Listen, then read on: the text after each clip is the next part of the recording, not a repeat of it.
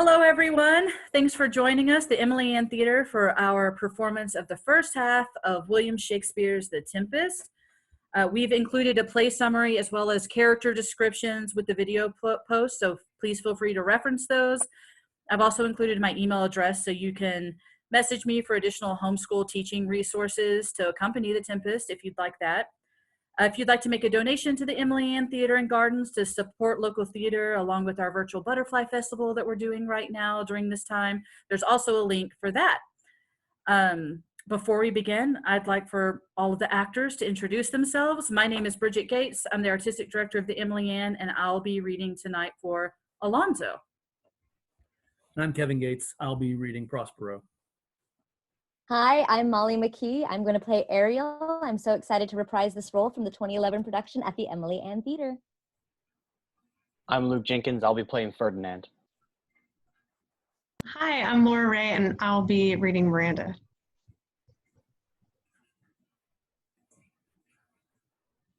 My name is Ameer Mobarak, and I'll be reading for Antonio.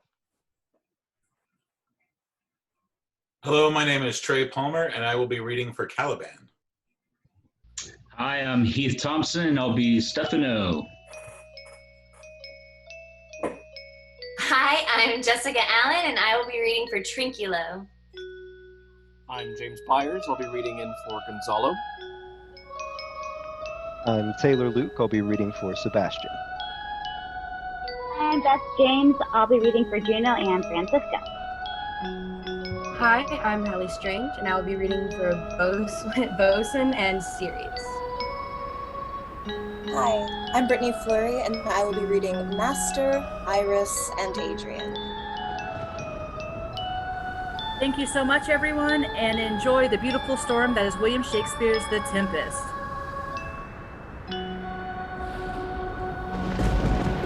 Act 1, Scene 1. On a ship at sea, a tempestuous noise of thunder and lightning heard.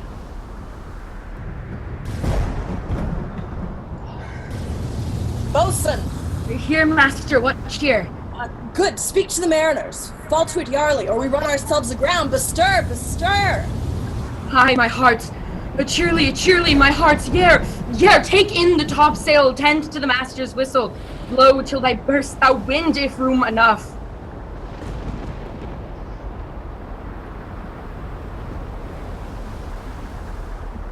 Good bosun, have care. Where's the master? Play the men. I pray now, keep below. Where is the master, boatswain? Do not hear him. You mar our labor. Keep your cabins to assist the storm. Nay, good. Be patient. The sea is, hence what cares the roarers for the name of the king to cabin? Silent! Trouble us not. Good. Yet remember whom thou hast aboard. None that I love more than myself. You are a counselor. If you can command these elements to silence and work peace of the presence, we will not hand a rope more. Use your authority. If you cannot, give thanks. You have lived so long, and make yourself ready in your cabin for the mischance of the hour if it so have. Surely, good hearts, out of our way, I say. I have great comfort from this fellow. Methinks he has no drowning mark upon him. His complexion is perfect gallows. Stand fast, good fate, to his hanging. Make the rope of his destiny our cable, for our own doth little advantage. If he be not born to be hanged, our case is miserable. Down with the topmast, Gare. Lower, bring her to try with main course. Ah! The plague upon this howling, they are louder than the weather of our office. Yes, again! What do you hear? Will you bore and drown? Have you a mind to sink? A pox of your throat, you bawling, blasphemous, incharitable dog. Work you, then. Hang, cur! Hang, you whoreson, insolent noisemaker! We are less afraid to be drowned than thou art. I'll warrant him for drowning, though the ship was no stronger than a nutshell, and as linky as an unstanched winch. Lay her, a hold, set her 2 courses off to sea again, lay her off. All lost to prayers, all lost. Prayers all lost. Must our mouths be cold? The king and prince at prayers, let's assist them, for our case is as theirs. I'm out of patience. We are merely cheated of our lives by drunkards. This wide-chapped rascal would thou mightest lie drowning the washing of 10 tides. He'll be hanged yet, though every drop of water swear against it, and gape at widest to glut him. Mercy on us, we split! Let's all sink with the king. Farewell, brother! Let's take leave of him.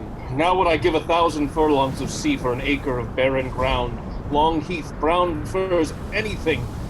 The wills above be done, but I would fain die a dry death. Scene 2, the island, before Prospero's cell. If by your art, my dearest father, you have put the wild waters in this roar, allay them. The sky, it seems, would pour down stinking pitch, but that the sea mounting to the welkin's cheeks dashes the fire out. I have suffered with those I saw suffer. A brave vessel who had, no doubt, some noble creature in her, dashed all to pieces. Oh, the cry did knock against my very heart. Poor souls, they perished. Had I been any god of power, I would have sunk the sea within the earth, or ere it should the ship so have swallowed and the frauding souls within her. Be collected. No more amazement. Tell your piteous heart there's no harm done. Oh, woe the day. No harm. I have done nothing but in care of thee. Of thee, my dear one, thee, my daughter, who art ignorant of what thou art, not knowing of whence I am, nor that I am more better than Prospero, master of a full poor cell, and thy no greater father. More to know did never meddle with my thoughts. 'Tis time I should inform thee farther. Lend thy hand and pluck my magic garment from me. So, lie there, my art. Wipe thou thine eyes, have comfort.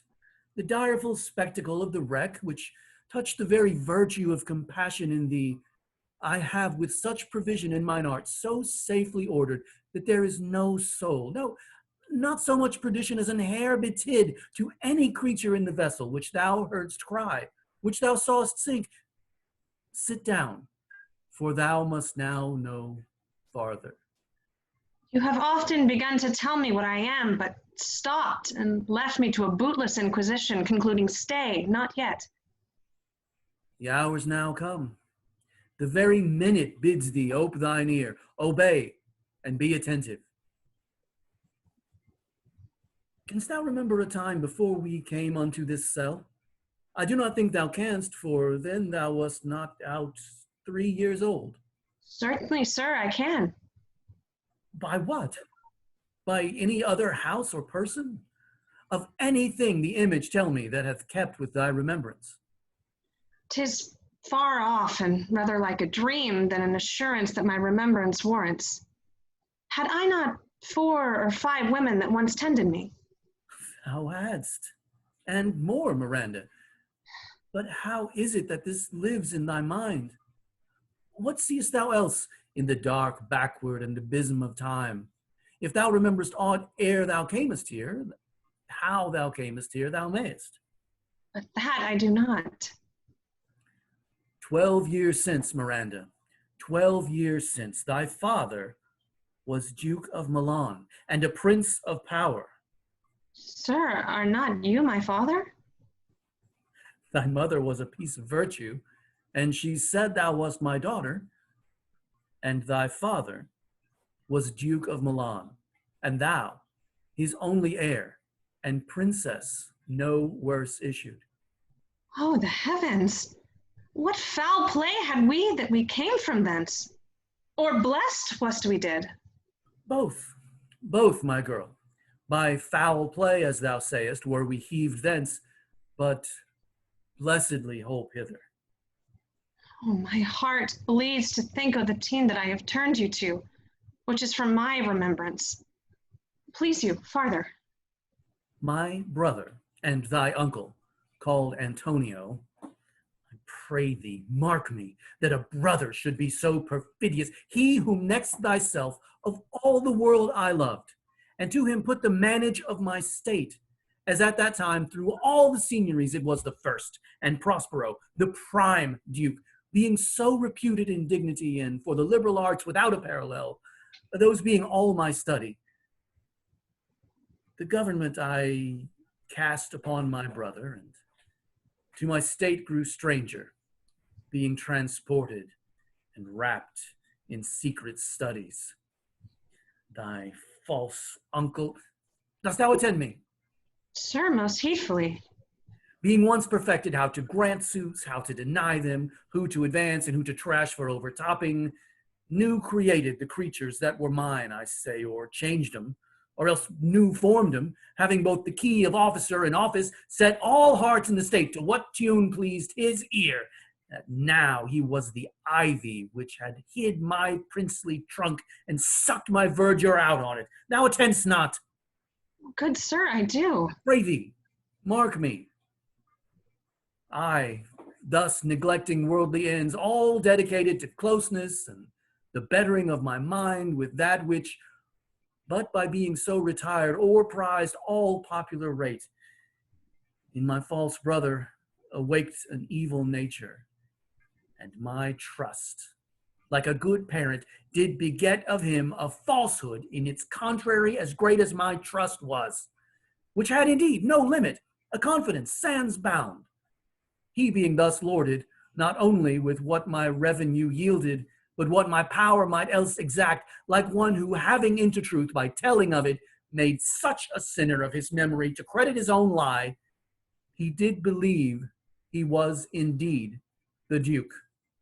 Out of the substitution and executing the outward face of royalty, with all prerogative, hence his ambition growing. Dost thou hear? Your tale, sir, would cure deafness. To have no screen between this part he played and him he played it for, he needs will be absolute Milan. Me, poor man, my library was dukedom large enough. Of temporal royalties he thinks me now incapable, confederates, so dry he was for sway, with the king of Naples, to give him annual tribute, do him homage, subject his coronet to his crown, and bend the dukedom yet unbowed. Alas, poor Milan, to most ignoble stooping. Oh, the heavens. Mark his condition and the event. Then tell me if this might be a brother. I should send to think but nobly of my grandmother.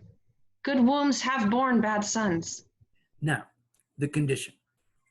The king of Naples, being an enemy to me inveterate, hearkens my brother's suit, which was that he, in lieu of the premises of homage, and I know not how much tribute, should presently extirpate me and mine out of the dukedom, and confer fair Milan with all the honors on my brother. Whereon a treacherous army levied, one midnight, fated to the purpose, did Antonio open the gates of Milan, and in the dead of darkness the ministers for the purpose hurried thence me and thy crying self. Oh, heck, for pity. I, not remembering how I cried out then, will cry it o'er again. It is a hint that wrings mine eyes to it. Hear a little further, and then I'll bring thee to the present business which now's upon us, without the which this story were most impertinent. Wherefore did they not that hour destroy us? Well demanded, wench. My tale provokes that question. Dear, they durst not. So dear the love my people bore me, nor set a mark so bloody on the business, but with colors fairer painted their foul ends. In few, they hurried us aboard a bark, bore us some leagues to sea, where they prepared a rotten carcass of a boat, not rigged, nor tackle, sail, nor mast, the very rats instinctively had quitted. There they hoist us, to cry to the sea that roared to us, to sigh to the winds whose pity, sighing back again, did us but loving wrong. Alack, what trouble was I then to you? Oh, a cherubim thou wast that didst preserve me. Thou didst smile, infused with a fortitude from heaven. When I have decked the sea with drops full salt, under my burden groaned, which raised in me an undergoing stomach, to bear up against what should ensue. How came we ashore? by providence divine. Some food we had, and some fresh water, that a noble Neapolitan, Gonzalo, out of his charity, being then appointed master of this design, did give us, with rich garments, linens, stuffs, and necessaries, which since have steaded much. So, of his gentleness, knowing I loved my books, he furnished me from mine own library with volumes that I prize above my dukedom. And I might but ever see that man. Now, I arise. Sit still and hear the last of our sea sorrow. Here in this island we arrived, and here have I, thy schoolmaster, made thee more profit than other princes can that have more time for vainer hours and tutors not so careful. Heavens, thank you for it.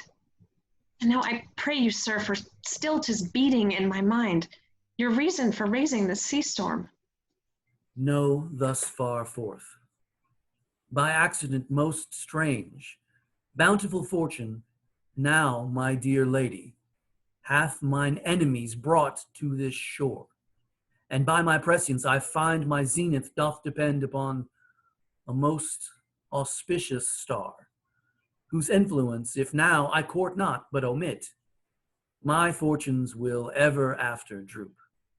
Here cease more questions. Thou art inclined to sleep. 'Tis a good dullness, and give it way. I know thou canst not choose. Come away, servant, come. I am ready now. Approach, my Ariel, come. All hail, great master, grave sir, hail. I come to answer thy best pleasure, be it to fly, to swim, to dive into the fire, to ride on the curled clouds, to thy strong bidding task, Ariel, and all his quality. Hast thou, spirit, performed to point the tempest that I bade thee? To every article. I boarded the king's ship, now on the beak, now on the waist, the deck, in every cabin. I flamed amazement. Sometime I would divide and burn in many places, on the topmast, the yards, and the bowsprit. I would flame distinctly, then meet and join. Jove's lightning, the precursors, oh, the dreadful thunderclaps, more momentary and sight outrunning were not, and the fire and cracks of sulphurous roaring, the most mighty Neptune seemed to besiege and make his bold waves tremble, yea, his dread trident shake. My brave spirit, who was so firm, so constant, that this coil would not infect his reason. Not a soul, but felt a fever of the mad and played some tricks of desperation. All but mariners plunged into the foaming brine and quit the vessel, then all afire with me. The king's son Ferdinand, with his hair upstanding then, like reeds, not hair, was the first man that leapt, cried, hell is empty, and all the devils are here. Why, that's my spirit. But was not this nigh shore? Close by, my master. But are they, Ariel, safe? Not a hair perished. On their sustaining garments, not a blemish, but fresher than before. And, as thou badest me, in troops I have dispersed them about the isle. The king's son have I landed by himself, who I left cooling of the air with sighs in an odd angle of the isle, sitting with his arms in a sad knot. Of the king's ship, the mariners, say how thou hast disposed, and all the rest of the fleet. Safely in harbor. Is the king's ship, in the deep nook where once thou calledst upon me at midnight to fetch dew from the still vexed Bermoothes, where she's hid. The mariners all under hatches stowed, who with charm joined to their suffered labor, I have left asleep. And for the rest of the fleet which I dispersed, they have all met again, and are upon the Mediterranean float, bound sadly home for Naples, supposing that they saw the king's ship wrecked, and his great person perished. Ariel, thy charge exactly is performed. But there's more work. What is the time of the day? Past the mid-season. At least 2 glasses. The time 'twixt 6 and now must by us both be spent most preciously. Is there more toil? Since thou dost give me pains, let me remember thee what thou hast promised, which is not yet performed me. How now? Moody? What is thou canst demand? My liberty. Before the time be out? No more. I prithee, remember I have done thee worthy service, told thee no lies, made thee no mistakings, served without grudge or grumblings. Thou did promise to bate me a full year. Dost thou forget from what a torment I did free thee? No. Thou dost, and think'st it much to tread the ooze of the salt deep, to run upon the sharp wind of the north, to do me business in the veins of the earth when it is baked with frost. I do not, sir. Thou liest, malignant thing. Hast thou forgot the foul witch Sycorax, who with age and envy was grown into a hoop? Hast thou forgot her? No, sir. Thou hast. Where was she born? Speak, tell me. Sir, in Argier. Oh, was she so? I must once in a month recount what thou hast been, which thou forgetst. This damned witch Sycorax, for mischiefs manifold and sorceries terrible to enter human hearing, from Argier, thou knowest, was banished. For one thing she did, they would not take her life. Is not this true? Aye, sir. This blue-eyed hag was hither brought with child, and here was left by the sailors. Thou, my slave, as thou reportst thyself, wast then her servant. And for thou wast a spirit too delicate to act her earthy and abhorred commands, refusing her grand hests, she did confine thee, by help of her more potent ministers, and in her most unmitigable rage, into a cloven pine, within which rift imprisoned thou didst painfully remain 12 years, within which space she died, and left thee there, where thou didst vent thy groans as fast as mill wheels strike. Then was this island, save for the son that she did litter here, a freckled whelp hag born, not honored with a human shape. Yes, Caliban, her son. Dull thing, I say so. That Caliban, whom now I keep in service. Thou best knowest what torment I did find thee in.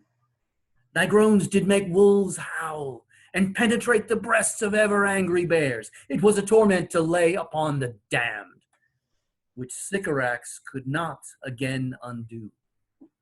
It was mine art, when I arrived and heard thee, that made gape the pine and let thee out. I thank thee, master. If thou more murmurest, I will rend an oak and peg thee in his knotty entrails till thou hast howled away 12 winters. Pardon, master. I will be correspondent to command and do my spiriting gently. Do so, and after 2 days, I will discharge thee. That's my noble master. What shall I do? Say what? What shall I do? Go make thyself like a nymph of the sea. Be subject to no sight but thine and mine, invisible to every eyeball else. Go, take this shape, and hither come in it. Go, hence with diligence. Awake, dear heart, awake. Thou hast slept well. Awake. Strangeness of your story put heaviness in me. Shake it off. Come on. We'll visit Caliban, my slave, who never yields us kind answer. 'Tis a villain, sir, I do not love to look on. But as 'tis, we cannot miss him. He does make our fire, fetch in our wood, and serves in offices that profit us. What ho! Slave!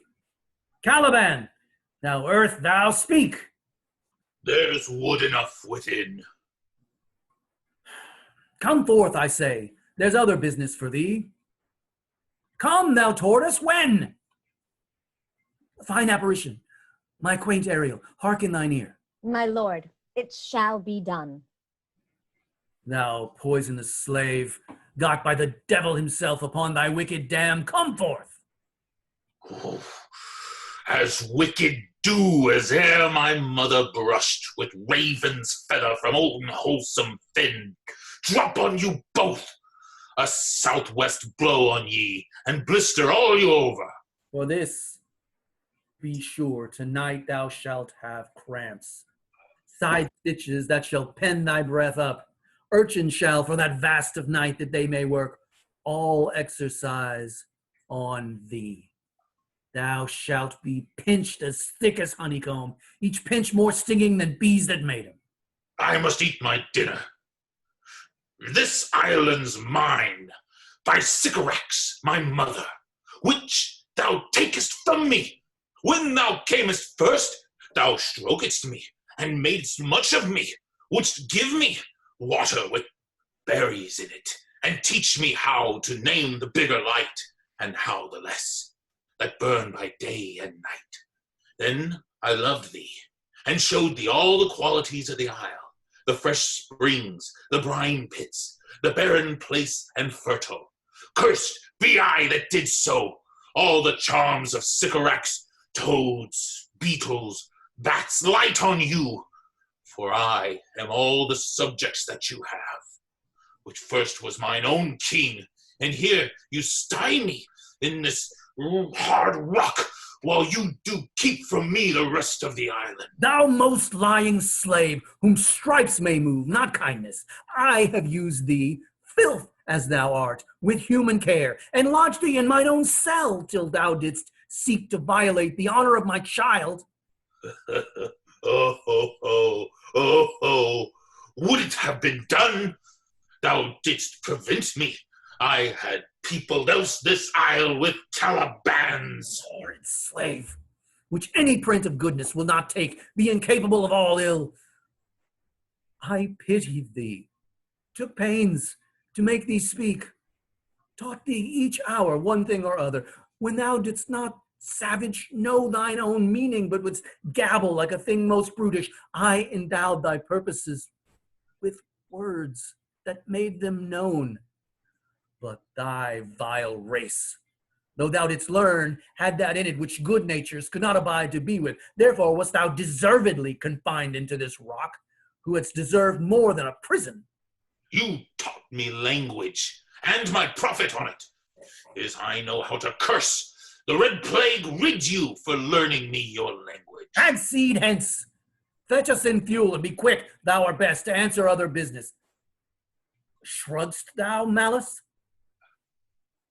If thou neglect'st, or dost unwillingly what I command, I'll rack thee with old cramps, fill all thy bones with aches, make thee roar that beasts shall tremble at thy din. No, prithee. I must obey his art. It is of such power, it would control my damned god Stebos and make a vassal of him. So slave hence.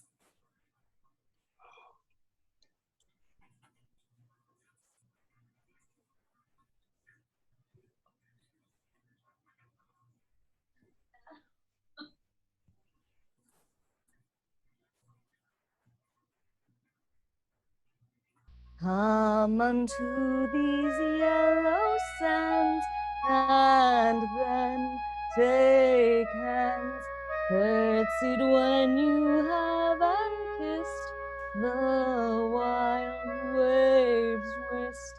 Foot it featly here and there, and sweet sprites the burthen bear. Hark, hark, the watchdogs bark.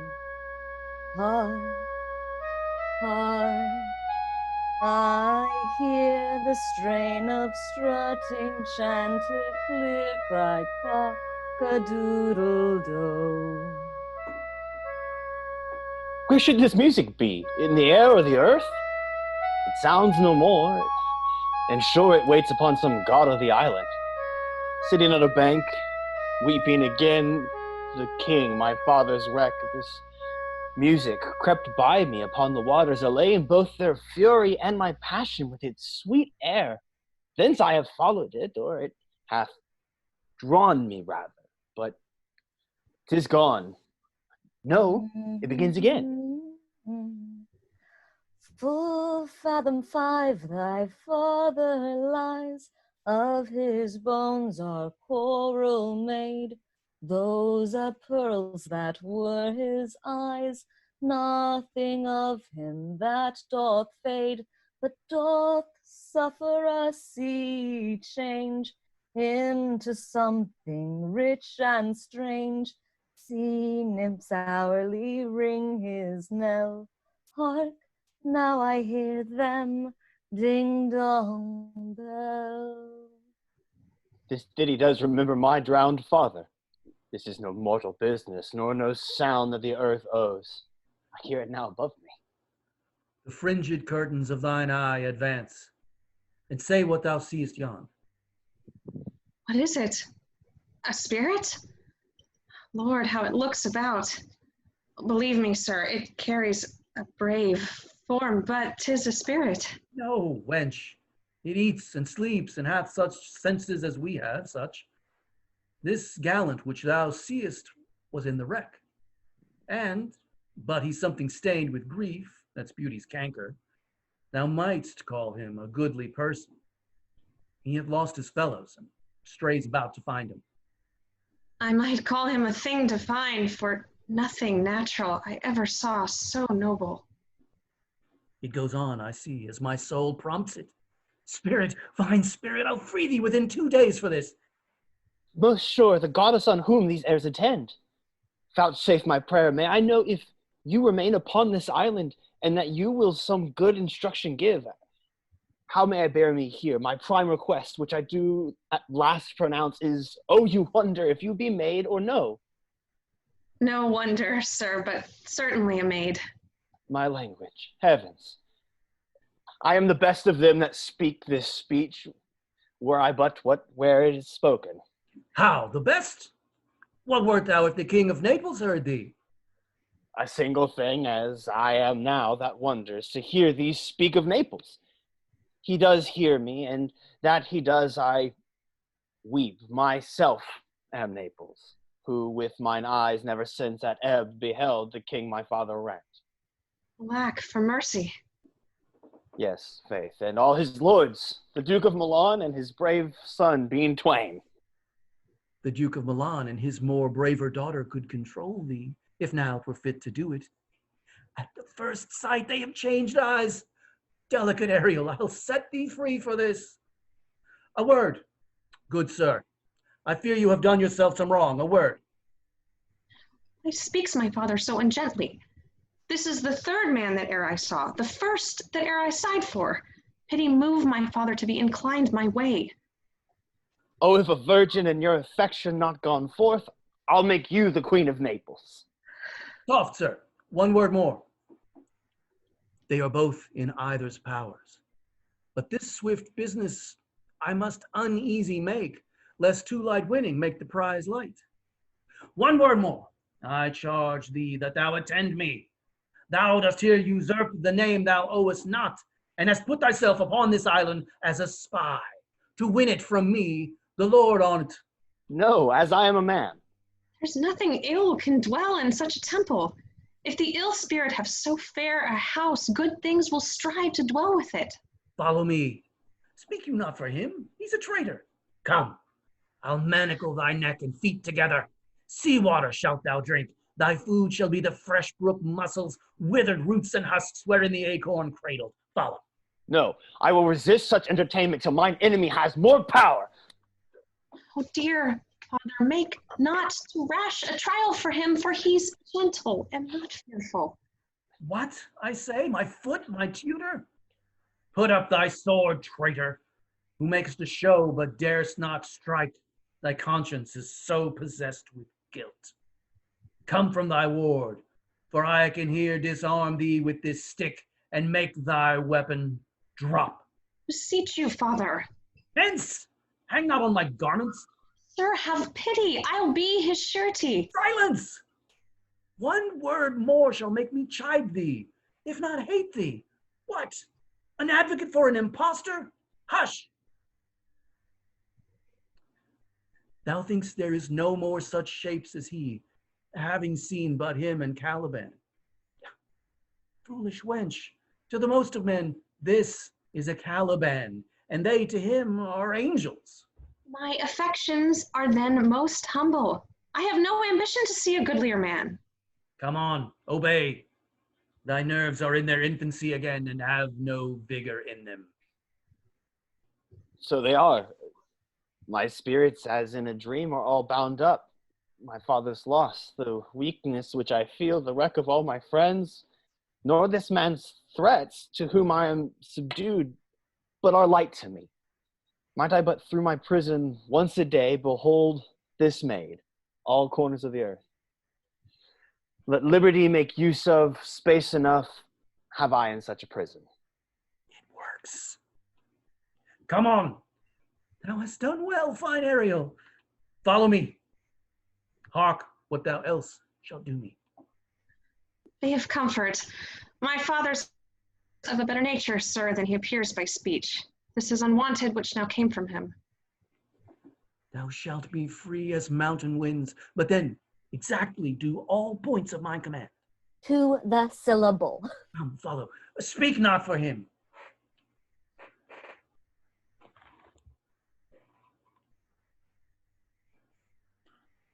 Act 2, Scene 1, another part of the island. Beseech you, sir, be merry. You have cause, so have we all of joy, for our escape is much beyond our loss. Our hint of woe is common. Every day some sailor's wife, the masters of some merchant and the merchant have just our theme of woe. But for the miracle, I mean our preservation. Few in millions can speak like us. Then wisely, good sir, weigh our sorrow with our comfort. Prithee, peace. He receives comfort like cold porridge. The visitor will not give him o'er so. Look, he's winding up the watch of his wit. By and by it will strike. Sir. 1, tell. When every grief is entertained that's offered, comes to the entertainer. $1. Dolour comes to him, indeed. You have spoken truer than you purposed. You have taken it wiselier than I meant you should. Therefore, my lord. Fie, what a spendthrift he is of his tongue. Prithee, spare. Well, I have done, but yet. He will be talking. Which, of he or Adrian, for a good wager first begins to crow? The old cock. The cockerel. Done. The wager? A laughter. A match.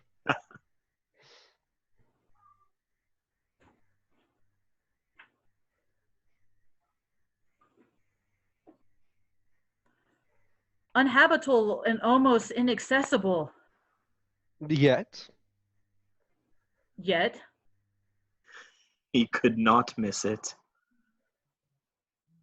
It must needs be of subtle, tender, delicate temperance. Temperance was a delicate wench.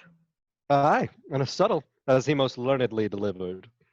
The air breathes upon us here most sweetly. As if it had lungs, and rotten ones. Or as 'twere perfumed by a fen. Here is everything advantageous to life. True. Saves means to live. Of that there's none, or little. How lush and lusty the grass looks, how green. The ground indeed is tawny. With an eye of green in it. He misses not much. No, he doth but mistake the truth totally. But the rarity of it is, which is indeed almost beyond credit. As many vouchered rarities are. That our garments, being as they were drenched in the sea, hold notwithstanding their freshness and glosses, being rather new-dyed than stained with salt water. If but one of his pockets could speak, would it not say he lies? Aye, or very falsely pocket up his report.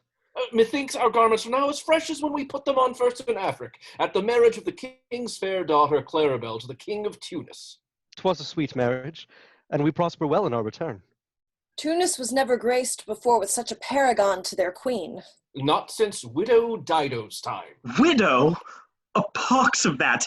How came that widow in? Widow Dido. What if he had said, widower Aeneas too? Good Lord, how you take it. Widow of Dido, said you? You make me study of that. She was of Carthage, not of Tunis. This Tunis, sir, was Carthage. Carthage? I assure you, Carthage. His word is more than the miraculous harp. He hath raised the wall in the houses too. What impossible matter will he make easy next? Oh, I think he will carry this island home in his pocket and give it his son for an apple. And sowing the kernels of it in the sea bring forth more islands. Aye. Why, in good time. Sir, we were talking that our garments seem now as fresh as when we were at Tunis at the marriage of your daughter, who is now queen. And the rarest that e'er came there. Bates, I beseech you, Widow Dido. Oh, Widow Dido. Aye, Widow Dido. Is not, sir, my doublet as fresh as the first day I wore it? I mean, in a sort. That sort was well fished for. When I wore it at your daughter's marriage. You cram these words into mine ears against the stomach of my sense. But I have never married my daughter there, for coming thence, my son is lost, and in my rate she too, who is so far from Italy removed, I ne'er again shall see her. Oh, thou, mine heir of Naples and of Milan, what strange fish hath made his meal on thee? Sir, he may live. I saw him beat the surges under him and ride upon their backs. He trod the water whose enmity he flung aside, and breasted the surge most swollen that met him. His bold head above the contentious waves he kept, and oared himself with his good arms and lusty stroke to the shore, and o'er the wave-worn bases bowed, as stooping to relieve him. I not doubt he came alive to land. No, he's gone. Sir, you may thank yourself for this great loss. That would not bless Europe with your daughter, but rather lose her to an African, where she at least is banished from your eye, who hath cause to whet the grief on it. Prithee, peace. You were nailed to an inopportune otherwise, by all of us, and the fair soul herself, weighed between loathness and obedience, at which end the beam should bow. We have lost your son, I fear forever. Milan and Naples have more widows of them in this business making than we bring men to comfort them. The fault's your own. So is the dearest of the lost. My lord Sebastian, the truth you speak doth lack some gentleness in time to speak it in. You rub the sore when you should bring the plaster. Very well. And most chirurgeonly. It is foul weather in us all, good sir, when you are cloudy. Foul weather. Very foul. Had I plantation of this isle, my lord? He'd sow it with nettle seeds. Or ducks, or mallows. And were the king on't, what would I do? Escape being drunk for want of wine. In the Commonwealth I would by contraries execute all things. For no kind of traffic would I admit, no name of magistrate. Letters should not be known. Riches, poverty, and use of service, none. Contract, succession, born, bound of land, tilth, vineyard, none. No use of metal, corn, or wine, or oil. No occupation, all men idle. All. And women too, but innocent and pure. No Yeah, he would sovereign. be king on it. The latter end of his commonwealth forgets the beginning. All things in common nature should produce without sweat or endeavor. Treason, felony, sword, pike, knife, gun, or need of any engine would I not have, but nature should bring forth of its own kind, all foison, all abundance to feed my innocent people. No marrying among his subjects? None, man, all idle, whores and knaves. I would with such perfection govern, sir, to excel the golden age. God save his majesty. Long live Gonzalo. And do you mark me, sir? Prithee no more, thou dost talk nothing to me. I do well believe, your highness, and did it to minister occasion to these gentlemen, who are of such sensible and nimble lungs that they always use to laugh at nothing. 'Twas you we laughed at. Who in this kind of merry fooling am nothing to you. So you may continue and laugh at nothing still. Oh, what a blow was there given. And it had not fallen flat long. You are gentlemen of brave metal. You would lift the moon out of her sphere. Yes, We you would would, continue sir, in 5 weeks and then go without bat changing. fouling. Nay, good my lord, be not angry. No, I warrant you, I will not adventure my discretion so weakly. Will you laugh me asleep? For I am very heavy. Go sleep and hear us. Oh, what? All so soon asleep? I wish mine eyes would with themselves shut up my thoughts. I find they are inclined to do so. Please you, sir, do not omit the heavy offer of it. It seldom visits sorrow. When it doth, it is a comforter. We too, my lord, will guard your person while you take your rest, and watch your safety. Thank you. Wondrous heavy. What a strange drowsiness possesses them. It is the quality of the climate. Why doth it not our eyelids sink? I find not myself disposed to sleep. Nor I, my spirits are nimble. They fell together all as by consent. They dropped as by a thunderstroke. What might, worthy Sebastian, what might, no more.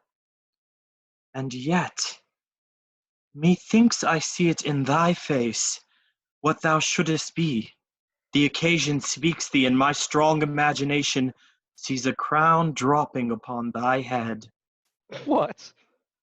Art thou waking? Do you not hear me speak? I do, and surely it is a sleepy language, and thou speakest out of thy sleep. What is it thou didst say? This is a strange repose, to be asleep with eyes wide open, standing, speaking, moving, and yet so fast asleep. Noble Sebastian, thou lettest thy fortune sleep. Die rather, winkest while thou art waking. Thou dost snore distinctly. There's meaning in thy snores. I am more serious than my custom. You must be so too, if heed me, what to do troubles thee o'er. Well, I am standing water. I'll teach you how to flow. Do so. To ebb. Hereditary sloth instructs me. If you but knew how you the purpose cherish, while thus you mock it, how in stripping it you more invest it. Ebbing men indeed most often do so near the bottom run by their own fear or sloth. Prithee, say on. The setting of thine eye and cheek proclaim a matter from thee, and a birth indeed which throws thee much to yield. Thus, sir, although this lord of weak remembrance, this who shall be of as little memory when he is earthed, and here almost persuade, for he's a spirit of persuasion, only professes to persuade, the king his son's alive? 'Tis as impossible that he's undrowned, and as he that sleeps here swims. I have no hope that he's undrowned. Out of that no hope, what great hope have you? No hope, that way is another way, so high, a hope that even ambition cannot pierce a wink beyond, but doubt discovery there. Will you grant with me that Ferdinand is drowned? He's gone. Then tell me, who is the next heir of Naples? Clarabelle. She that is queen of Tunis, she that dwells 10 leagues beyond man's life, she that from Naples can have no note unless the sun were post. The man in the moon's too slow, till newborns' chins be rough and razorable. She that from whom we were all sea swallowed, though some cast again, and by that destiny to perform an act whereof what's past is prologue, what to come in yours and my discharge. What stuff is this? How say you? 'Tis true, my brother's daughter, queen of Tunis, so is she heir of Naples, twixt which regions there is some space. A space whose every cubit seems to cry out, how shall that Clarabelle measure us back to Naples? Keep in Tunis and let Sebastian wake. Say this were death that hath now seized them. Why, they were no worse than now they are. There be that can rule Naples as well as he that sleeps. Lords that can prate as amply and as unnecessarily as this Gonzalo. I myself could make a chuff out of as deep chat. Ugh, that you were bore the mind that I do. What a sleep were this for your advancement. Do you understand me? Methinks I do. And how does your content tender your own good fortune? I remember you did supplant your brother Prospero. True. And look how well my garments sit upon me. Much feater than before. My brother's servants were then my fellows. Now they are my men. But for your conscience. Ay, sir, where lies that? If 'twere a kib, 'twould put me to my slipper, but I feel not this deity in my bosom. 20 consciences that stand twixt me and Milan, candied be as they melt ere they molest. Here lies your brother, no better than the earth he lies upon. If he were that which now he's like, it's dead, whom I with this obedient steel, 3 inches of it, can lay to bed forever, whilst you doing thus to the perpetual wink, for I might put this ancient morsel, this Sir Prudence who should not upbraid our course. For all the rest, they'll take suggestion as cat's laps milk. They'll tell the clock to any business that we say befits the hour. Thy case, dear friend, shall be my precedent. As thou got Milan, I'll come by Naples. Draw thy sword. One stroke shall free thee from the tribute which thou payest, and I, the king, shall love thee. Draw together, and when I rear my hand, do you the like, to fall it on Gonzalo. Oh, but one word. My master, through his art, foresees the danger that you, his friend, are in, and sends me forth, or else his project dies, to keep them living.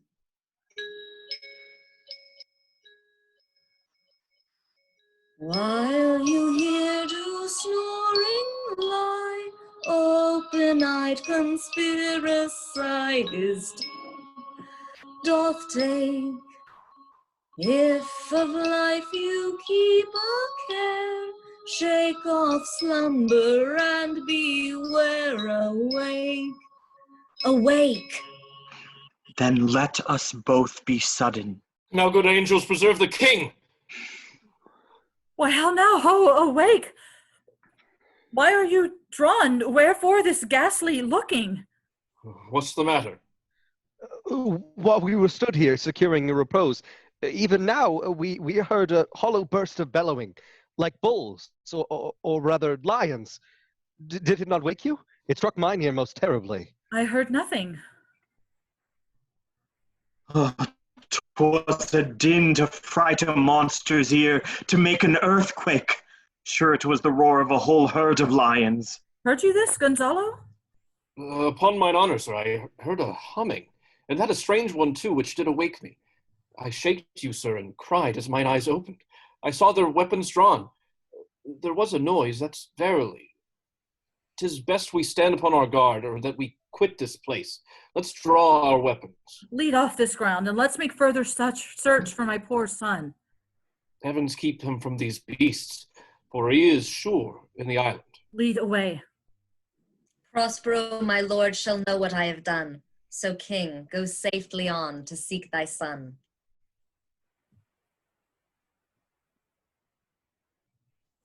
Scene 2, another part of the island.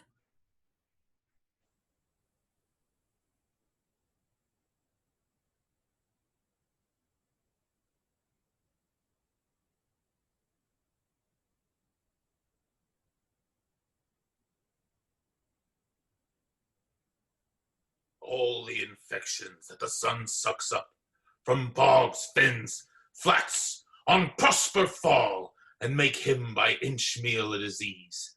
His spirits hear me, and yet I must needs curse, but they'll not pinch, fright me with urchin shows, pitch me in the mire, nor lead me like a firebrand in the dark, out of my way, unless he bid 'em. But for every trifle are they set upon me, sometimes like apes that mow and chatter at me, and after bite me, then like hedgehogs which lie tumbling in my barefoot way, and mount their pricks at my footfall. Sometime am I all wound with adders, who with cloven tongues do hiss me into madness. Lo, lo, here comes a spirit of his, and to torment me for bringing the wood slowly. I'll fall flat, perchance he will not mind me. Here's neither bush nor shrub to bear off any weather at all, and another storm brewing. I hear it sing in the wind. Yon same black cloud, yon huge one looks like a foul bomber that would shed his liquor. If it should thunder as it did before, I know not where to hide my head. Yon same cloud cannot choose but fall by pailfuls. What have we here? A man or a fish? Dead or alive? Ooh, a fish.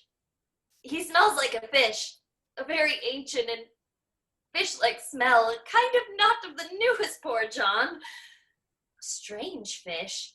Were I in England now, as I once was, and had but this fish painted, not a holiday fool there would this monster, not a holiday fool there would give a piece of silver. There would this monster make a man. Any strange beast there makes a man. When they will not give a doit to relieve a lame beggar, they will lazy out 10 to see a dead Indian, legged like a man, and his fins like arms. Warm? Oh, my troth! I do now let loose my opinion. Hold it no longer. This is no fish, but an islander that hath lately suffered by a thunderbolt.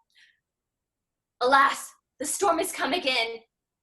My best way is to creep under his gabardine. There is no other shelter hereabout. Misery acquaints a man with strange bedfellows. I will here shroud till the dregs of the storm be past.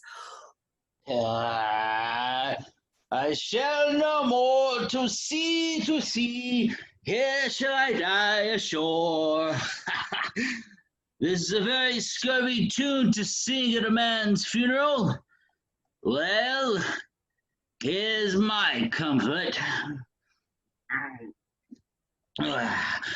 The master, the swabber, the boatswain, and I, the gunner and his mate, loved Mould, Megan, Marian, and Marjorie, but none of us cared for Kate, for she had a tongue with a ting, would cry to a sailor, "Go hang!" She loved not the savour of tar nor of pitch, yet a tailor might scratch her where she did itch.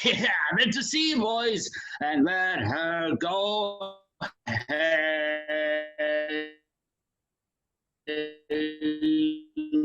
tune too, but here's my comfort. Do not torment me, oh! What's the matter? Oh, have we devils here? Do you put tricks upon us with savages and men of end, huh? I've not escaped drowning to be afeard now of your 4 legs, for it hath been said, as proper as a man ever went on 4 legs cannot make him give ground, and it shall be said so again while Stephano breathes at nostrils. Oh, the spirits torment me, oh! Oh, this is some monster of the isle with 4 legs, who with God as I take it an ague. Where the devil should he learn our language? I will give him some relief, if it be but for that.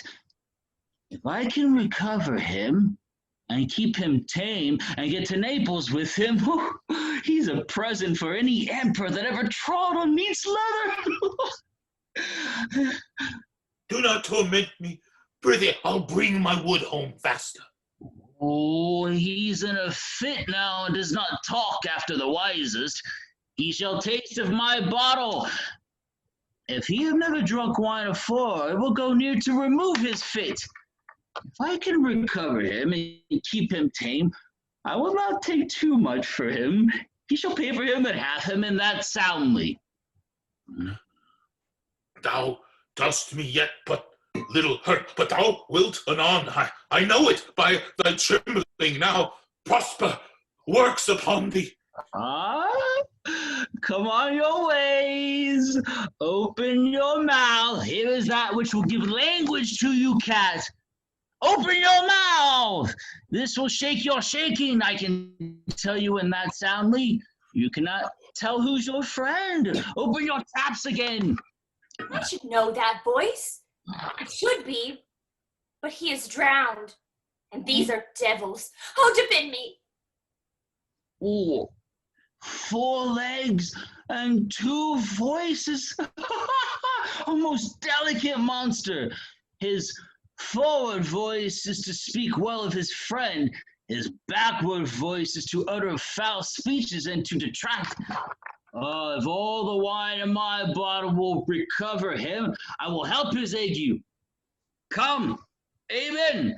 I will pour some in thy other mouth. Stephano! Oh, doth thy other mouth call me?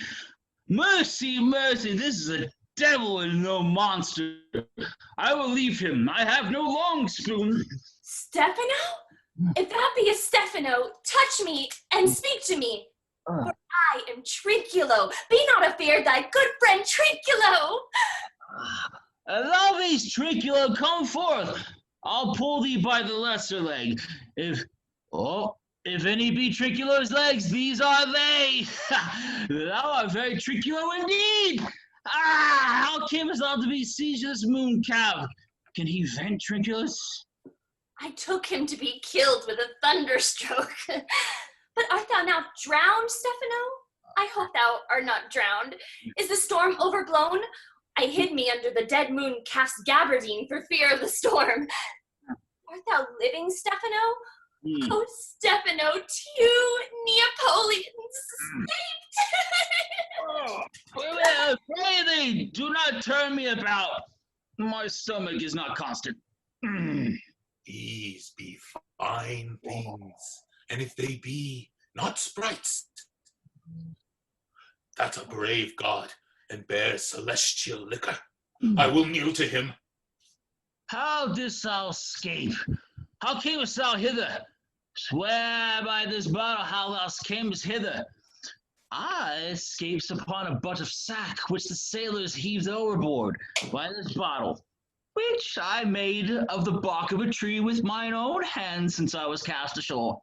I'll swear upon that bottle to be thy true subject, for the liquor is not earthly.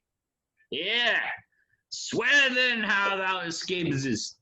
Swum ashore, man, like a duck. I can swim like a duck, I'll be sworn. Here, kiss the book. Though thou canst swim like a duck, thou art made like a goose. Oh, Stephano, hast thou any more of this? The whole butt, man. My cellar is in a rock by the seaside where my wine is hid. How does thine aid you? Hast thou not dropped from Out of the moon, I do assure thee. I was the man of the moon when time was. I have seen thee in her, and I do adore thee, and my mistress showed me thee and thy dog and thy bush. Come, swear to that. Kiss the book. I will furnish it anon with new contents, swear. By this good light, this is a very shallow monster. I, afeard of him, a very weak monster, the man in the moon, a most poor credulous monster, well-drawn monster, in good sooth.